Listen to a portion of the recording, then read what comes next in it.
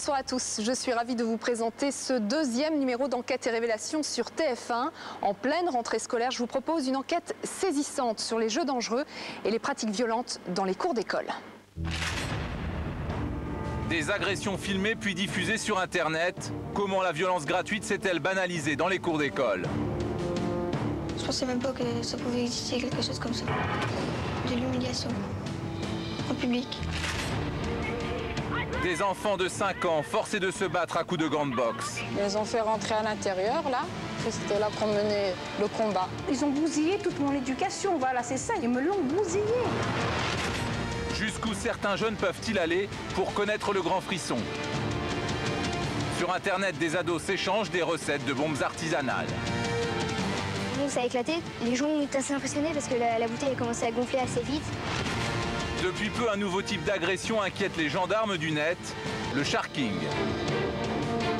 Le sharking, c'est quelqu'un qui passe derrière une jeune fille et qui lui enlève sa petite culotte. Alors vous imaginez après le ressenti des jeunes filles qui subissent ça, c'est traumatisant.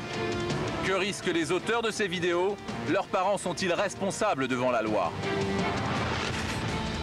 Le jeu du foulard tue chaque année une quinzaine d'enfants. Pourquoi certains établissements scolaires continuent-ils de nier le phénomène? Si on en avait parlé à ses parents, on serait peut-être encore là aujourd'hui. Au pays de Galles, 23 adolescents du même village se sont suicidés en un an. En France, les pactes suicidaires sont aussi une réalité. J'allais sur les forums pour parler avec d'autres jeunes qui allaient mal. Et au fur et à mesure, on a commencé à parler de pactes suicidaires. Jeux dangereux, bombes artisanales, agressions filmées. Pourquoi les adultes sont-ils désarmés face à la violence de certains enfants? Il faut des choses extrêmes. L'ordinaire ne suffit plus et les adolescents sont à la recherche de cet extrême-là. Les jeux dangereux, car ce sont bien des jeux pour les enfants, peuvent être mortels. En France, ils provoquent au moins 15 décès par an. Il y a le jeu du foulard, le petit pont massacreur ou encore le happy slapping, des agressions filmées à l'aide du téléphone portable et diffusées ensuite sur Internet. À chaque fois, les ingrédients sont les mêmes, la recherche de sensations fortes et la mise en scène de violences gratuites. Le point de départ de notre enquête, c'est un rapport de l'Éducation nationale d'avril 2007 qui tire la sonnette d'alarme et recense ces pratiques dangereuses. Mais bien souvent, vous le verrez, dans les écoles ou les collèges, c'est la loi du silence qui s'impose. Alors comment expliquer cette fascination de nos enfants pour la violence gratuite? Que peut-on faire pour prévenir ce genre de pratique? La réaction des pouvoirs publics est-elle vraiment à la hauteur? Jeux dangereux, violence gratuite, faut-il avoir peur de nos enfants? C'est une enquête de Wilfried Garcet et d'Emmanuel Réau. Cabestany, un village tranquille dans la banlieue de Perpignan. C'est ici que Christine, son mari et leurs 5 enfants coulent des jours heureux. Jusqu'à ce samedi 17 novembre 2007. Mesdames et messieurs, bonsoir. Marche silencieuse ce matin à Perpignan réunissant une centaine de personnes. Pour une petite fille de 8 ans décédée fin octobre à Cabestany, le drame s'est déroulé dans une école primaire. Les conditions de cette mort sont encore mal définies. Le 17 novembre, leur fille adoptive Noélanie tombe dans le coma en sortant de l'école et meurt le lendemain matin. La petite fille se sentait menacée et avait écrit aux gendarmes. Une lettre en forme d'appel au secours que sa mère nous lit. Je te fais confiance, chef gendarme, pour garder ce secret très important. Il s'est passé un problème grave à l'école par rapport à X. X m'a étranglée dans le rang de la 2e cour. Je sais que si je ne me défends pas, je finirai par mourir pour toujours. J'espère que ce n'est pas l'occasion. X m'a déjà étranglée plusieurs fois et une fois devant Y. Tu pourrais me protéger dans la cour? Oui ou non? As-tu une solution, toi? Oui ou non? Entoure la réponse. Il m'a aussi dit que si je sortirais de chez moi, il me tuerait. Et si cela continue, il viendra peut-être chez moi, il sait où j'habite. Alors que j'ai voulu en parler à la maîtresse, elle s'en fiche complètement. Elle dit, va jouer, on verra ça plus tard. J'espère que ça va s'arranger. J'espère que tu me protégeras. Je ne dis à personne, sinon c'est plus un secret et cela sera pire pour moi.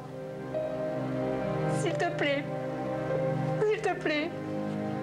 Ils n'ont rien fait. Les gendarmes sont venus plus d'un mois après pour nous dire qu'ils n'avaient pas que ça à faire que de s'occuper des problèmes psychiatriques d'une gamine de 8 ans, des problèmes de cours, de récréation. Que ma gamine. Devant l'absence de réaction des gendarmes, sa mère prend rendez-vous avec le directeur de l'école. C'était une semaine avant le drame. Mais l'entretien n'aura jamais lieu Entre-temps, Noélanie tombe dans le coma et meurt des suites d'un œdème cérébral. Pour ses parents, aucun doute, le décès est directement lié aux strangulations subies par leur fille depuis des semaines, une variante du jeu du foulard, pratiquée dans de très nombreuses cours d'école et qui tue chaque année une quinzaine d'enfants. Ces expériences ludiques consistent à jouer sur la respiration et jouer sur l'évanouissement. On recherche l'évanouissement en comprimant ces carotides à la main ou avec le bras, de part et d'autre du cou.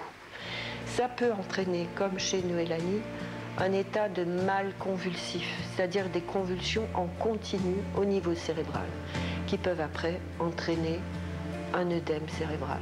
Et c'est ce qui a tué la petite Noélanie. Quelques jours après la mort de Noélanie, ses parents affrontent une nouvelle épreuve.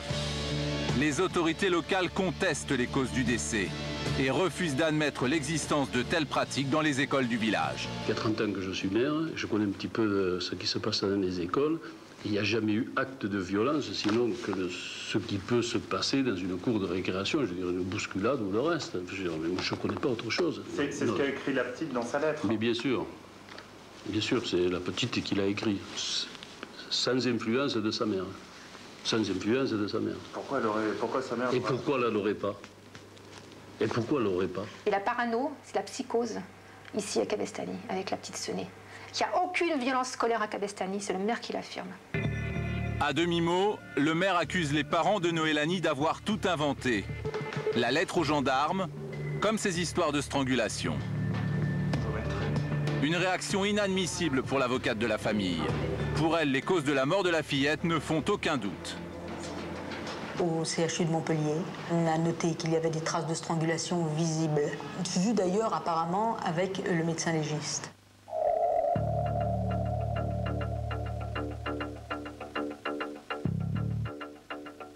Il y a la photo qui a été prise de Noélanie alors qu'elle était décédée et où l'on voit une marque sur le côté du cou. Ça fait beaucoup d'éléments quand même. Dans sa lettre, Noélanie écrit qu'elle a averti sa maîtresse des strangulations qu'elle subit. Nous cherchons alors à rencontrer le directeur de l'école. Oui. Bonjour. Est-ce que c'est possible d'avoir monsieur Inès Demo, s'il vous plaît? Il est en entretien avec une maman. Il est en entretien avec une maman? Ok. Bon. Dans combien de temps à peu près? Vous savez pas? Ouais.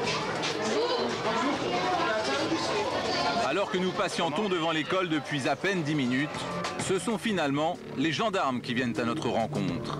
Une façon claire de nous faire comprendre qu'il n'y aura pas d'entretien. Ça me permet de venir vous voir, parce qu'apparemment vous avez un petit souci là, avec la direction de l'école. Non, pas du tout. Non? Non, non. Et, on nous appelle pour nous dire que des journalistes essayent de forcer le passage un peu pour rentrer dans l'école. Vous auriez néanmoins une pièce d'identité, s'il vous plaît? Bien sûr. Dans le village, l'histoire de Noélanie suscite beaucoup de nervosité. Comme si personne ne voulait prendre le risque d'endosser une part de responsabilité dans la mort de la petite fille. Une seule mère de famille a accepté de témoigner.